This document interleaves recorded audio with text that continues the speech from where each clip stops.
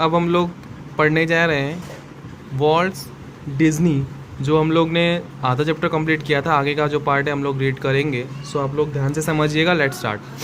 The rest is history. Vaults mouse Mickey celebrated his 14th birthday in 1968 and a happy 40th it was. A quarter of a billion people saw a Disney movie in 1968. 100 million watched a Disney TV show. Nearly a billion read a Disney book or magazine and almost 10 million visited Disneyland. तो जो बाकी की जो history है यानी कि इतिहास है वो आप सब लोग जानते हैं कि किस प्रकार से जो वॉल्ट डिज्नी है वो एक माउस यानी कि एक चूहे की वजह से जो है फेमस हुआ था, और वो चूहे का नाम था मिकी माउस। ठीक है, और मिकी माउस जो है 1968 में जो है ये एक सीरीज़ जो है उसको लॉन्च किया गया था। इस सीरीज़ के अंदर लगभग जो है बिलियंस ऑफ पीपल यानी कि करोड़ों अरबों लोगों ने जो है उसे देखा था। ठीक है, उसके ऊपर कुछ टीवी शोज़ भी बने हैं, उसके ऊपर किताबें बनी, उसके ऊपर मैगजीन्स बनी हैं, और 10 मिलियन जो लोग हैं, 10 मिलियन यानी कि 1 मिलियन के अंदर 10 लाख लोग होते हैं। 10 million is equal to 1 crore. 1 crore से ज़्यादा लोगों ने जो है डिज्नीलैंड को जो है विजिट किया था, यानी कि वहाँ पे वो लोग देखने पहुँचे थे। And Mickey's as a world used to say started it all. और देखा जाए तो मिकी माउस से जो है डिज्नी की शुरुआत हुई थी, और आज तक जो है वो डिज्नीलैंड जो है सब लोग देखने जाते हैं और पूरे वर्ल्ड में वो फेमस है। Mickey was only the first successful product of Walt's matchless imagination and ability to make his dreams become reality. Mickey mouse से जो है डिज्नी की शुरुआत हुई थी, और वो शुरुआत जो है इस प्रकार से उसने सफलता हासिल की उस कंपनी ने कि आज तक जो है उसके बराबर की कोई दूसरी कंपनी या दूसरी कोई भी जो है ऐसी एनिमेशन कंपनी जो है अभी तक आई नहीं है।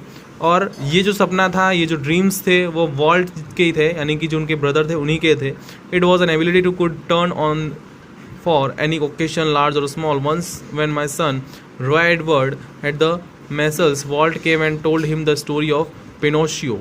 तो एक बार जो है वॉल्ट के जो ब्रदर है उनका जो सन है, उनका जो बेटा है, उनको जो है वॉल्ट ने एक स्टोरी सुनाई थी, story of Pinocchio, which he was making at the time. When Walt told a story it was a virtuous performance. His eyes riveted his listener, his mustache twitched expressively, his eyebrow rose and fell, and his hands moved with the grace of a musical conductor. तो उस time पे जो है ये पिनोशियो के ऊपर जो है वो एक स्टोरी लिख रहे थे ऑलरेडी, और उसके ऊपर जो एक सीरीज़ बनाना चाहते थे।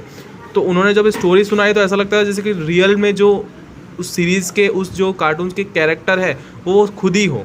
ठीक है, तो वो जो है उन कैरेक्टर्स के अंदर खो जाते थे और इस प्रकार से सुनाते थे, ऐसा लगता था कि वो खुद ही वो कैरेक्टर है और वो जो सीरीज़ के अंदर वो खुद ही है। Walt's graphic telling of the fairy tale that he forgot all about his measles. Later, when he saw the finished picture, he was strangely disappointed. It didn't seem as exciting as when Uncle Walt told it, he said.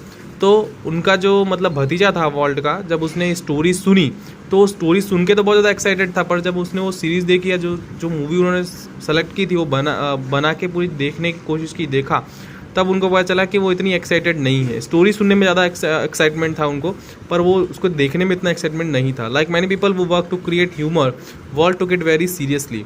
He would often sit gloomily through the funniest cartoon, concentrating on the same way to improve it. और Walt जो है कभी भी अगर उनकी कोई बुराई करता था तो वो कभी भी उससे दुखी नहीं होते थे। कहने का मतलब ये है कि वो सब लोगों से जो है उनके रिव्यूज़, उनकी जो मतलब कि जो भी वो कहना चाहते हैं उनके कार्टून के बारे में वो पूछते रहते थे, ताकि अगर उनसे कोई मिस्टेक हो रही है, कोई गलती हो रही है तो उसको सुधार सके. Walt valued the opinion of those working with him, but the final judgment was always unquestionably his. वो सबकी सुनते थे, सब लोगों की बातें सुनते थे, जो भी लोग उनके साथ में काम करते थे वो सबकी बातें सुन करके वो अपने काम के अंदर जो है इम्प्रूवमेंट लाते थे, अपने काम को जो है अच्छा करने की कोशिश करते थे. परंतु जो अंतिम निर्णय होता था वो हमेशा किसका होता था? वॉल्ट का ही होता था. Once after viewing a new cartoon with evident displeasure, Walt called for comments from a group of our people. One after another they spoke up, all echoing Walt's criticism. तो जब वो एक कोई कार्टून बना लेते थे, जब कंप्लीट कर लेते थे, तो वो जो है अपने ग्रुप के सारे लोगों से पूछते थे जो भी उन लोग के साथ में काम करते थे कि आप बताइए आपके क्या ओपिनियन है, आप क्या कहना चाहते हैं इसके बारे में, आपको कैसा लगा. One after another they spoke up, एक के बाद एक लोग सब लोग जो है वो बोलते थे और वॉल्ट उनकी बातें सुनते थे.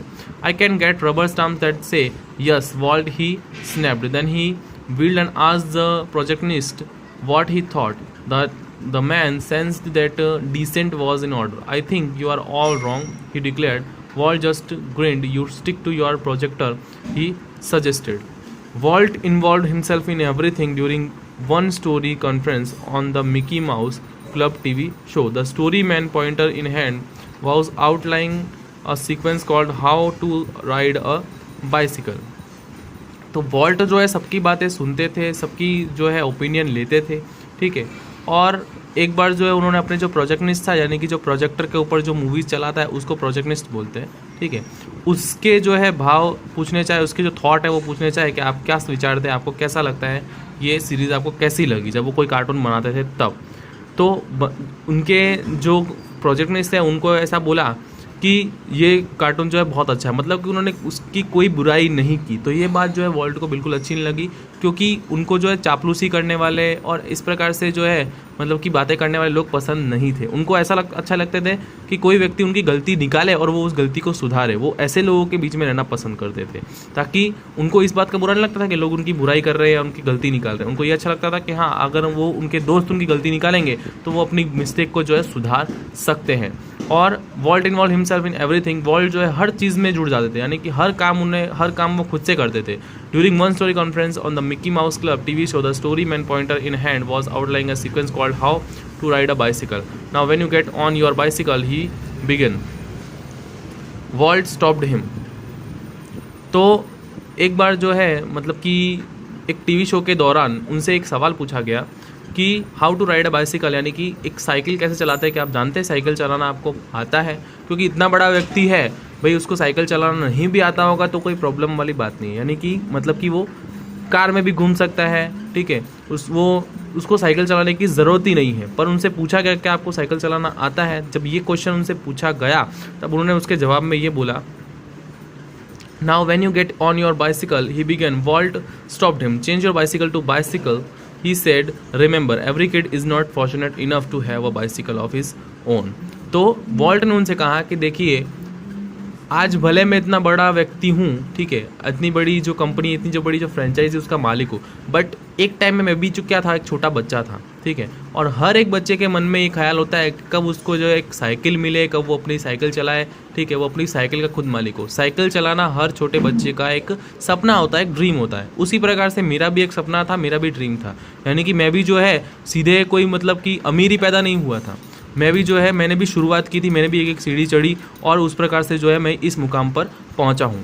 The story of Disneyland perhaps better than anything else illustrates Walt vision and his stubborn determination to realize an idea he believed in।